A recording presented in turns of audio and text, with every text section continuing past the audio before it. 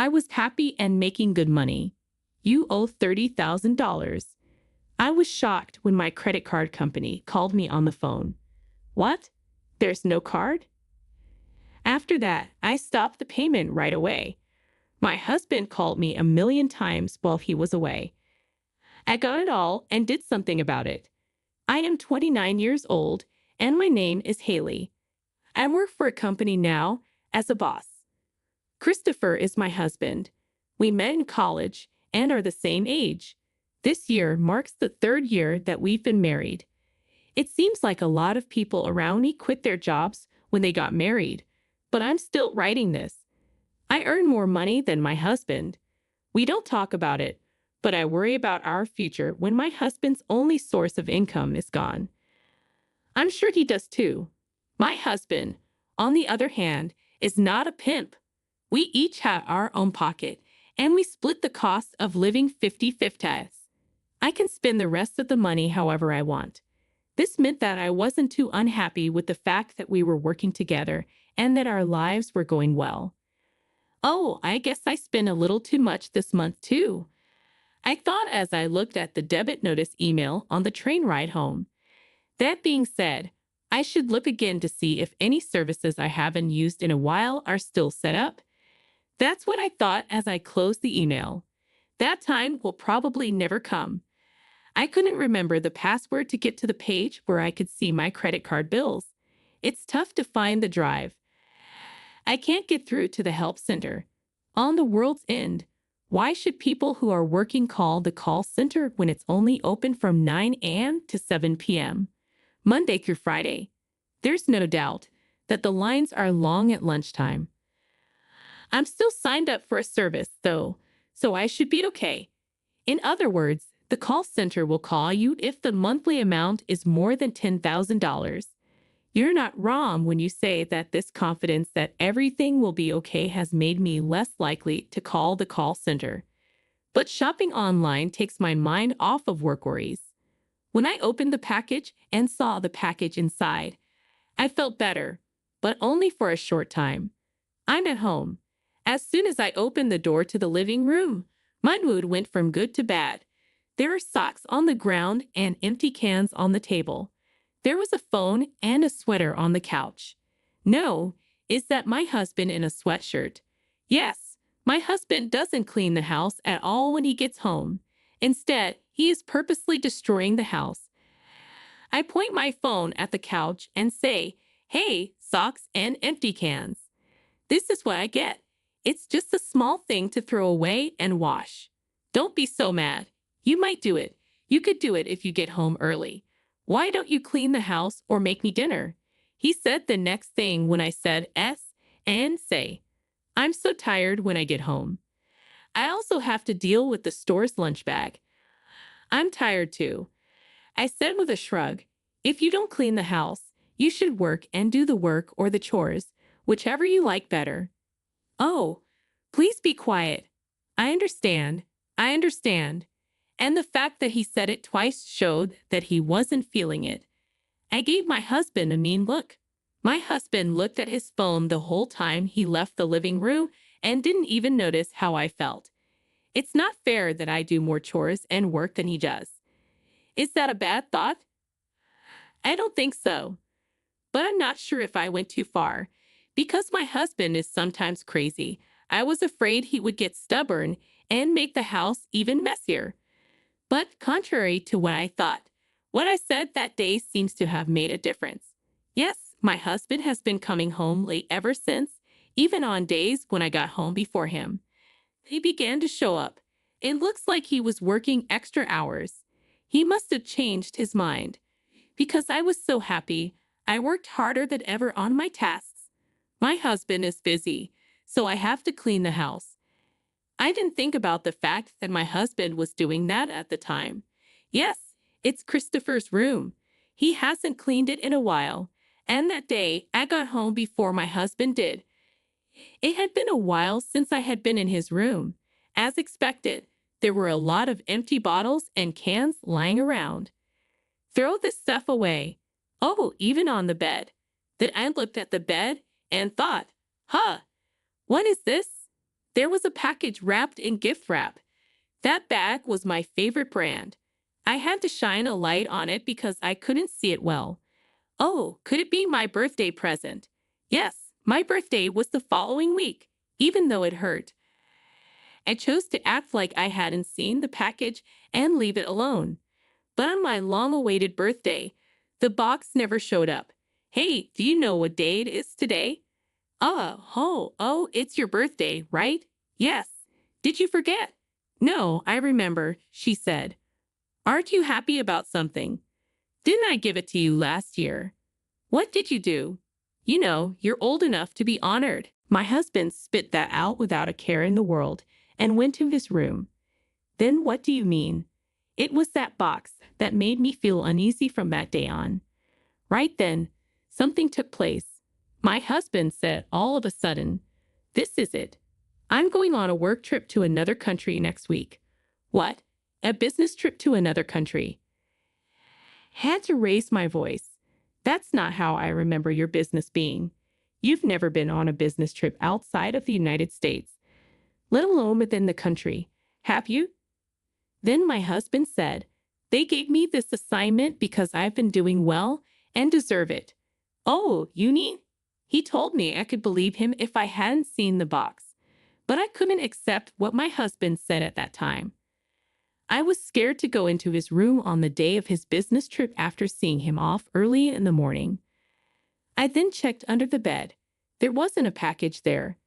I was sure. This isn't a business trip abroad, right?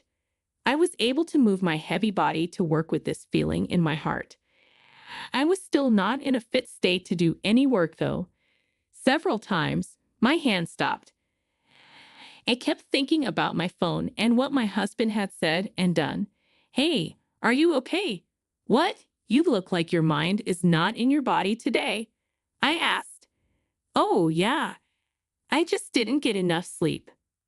As I made this light-hearted excuse, my phone started shaking. On the screen, a strange number was shown. It's not often that I answer a call from a number I don't know, but I had a bad feeling about this one, and did. "I'm sorry. I need to go for a while." "Yes, ma'am." I took the phone outside and hit the answer button. It was the credit card company's call center. I kept telling myself, "Oh no, it's not my husband, and oh well. I need to give out my password," and a lot of other things were all going through my mind at the same time. What the heck was the job requirement? The person who answered the phone gave me the answer right then and there. "This is our debt protection service calling because you have settled more than $10,000. $10,000. I was shocked by what I heard, but what the operator said next made me hold my breath even more. "Yes, it costs $30,000, I said. "That's not possible." "Wait a second." I quickly went back to work and looked in my wallet. It was no longer there. "That's the card I meant to put there," she said. I put my phone back in my ear. "Pardon me, may I halt that transaction?" "Yes. I think it's still true, so you can stop it." Thank goodness. It made me feel a little better. No, that's not the end of it. I kept going. "And please take care of the stolen card. Right now, I don't have my card with me." I said, "Yes, sir, I will do it right away." Even though I didn't understand, I did what the operator asked and was able to finish the process. I then hung up the phone. The heartbeat in my chest didn't stop for a while after I took the phone call. "I'm sorry, I'm not ready to talk. I'm not able to work. I'm sorry, but I need to go." Early, it seems my credit card was stolen and almost misused, and I've got a lot of things to deal with. I got off track and called my boss. I had a lot of worry at work, and my boss was okay with me leaving for the day. I grabbed the train quickly, and when I looked at my phone, I saw that my husband had called me a million times. It was like he was saying he was the bad guy. I ran home quickly. I quickly took off my shoes, set down my bag, and went to my husband's room. It was on his desk, so I opened it up and looked at the search history. The first thing on the list that caught my eye was a luxury cruise and a travel plan for two. I wasn't asked to go to that event. I looked at the destination and was sure it was the work trip my husband had talked about. He could no longer call it a work trip. I looked through my old emails. That's it. That's it. The name of the person is written there. Mario. What the heck is this woman? I was going to hit the keyboard out of anger, but instead I looked at what I thought was proof in a rough way. My phone wouldn't stop ringing while I checked. Oh my God, shut up. Oh yes, and while I'm at it, I'll use the password I got from the call center earlier to check my credit card usage history. I went to my page and looked through my records of uses. What? What is it? As I scrolled through, my mouth kept getting wider and wider. I forgot about a payment. After that, the money was paid for that brand of bag. Yes, it all made sense. In short, Christopher paid off his mistress Rio with my credit card and even took a trip abroad that he said was for work. Oh no, I don't want to boo. Boo. After several calls, I finally picked up the phone with all my might. What? You finally picked up after calling over and over. The credit card doesn't work. When my husband spoke, he was already talking about the card. Whose? When I asked him directly, he mumbled. You ask whose? Yes, but I don't have a credit card. That is, you took my credit card, right? My husband got antsy while I worked. No, that's not theft. I took it from someone. When you're abroad, it's easier to use than cash. When I'm on work trips, I use it for many things. Work trips. That's correct. What if it gets in the way of my work? It was meant to look like my husband was on a work trip, but I told him what I meant. What about a luxury cruise? What? Why do you want to know that? Well, that's business entertainment. A fun time for Rio? Why do you need to talk about Rio? Was she happy with the designer bag? What are you going to say? Did you just call Rio in a nice way? Do you really want to act like you don't know her? What? What do you want to say? I understand everything.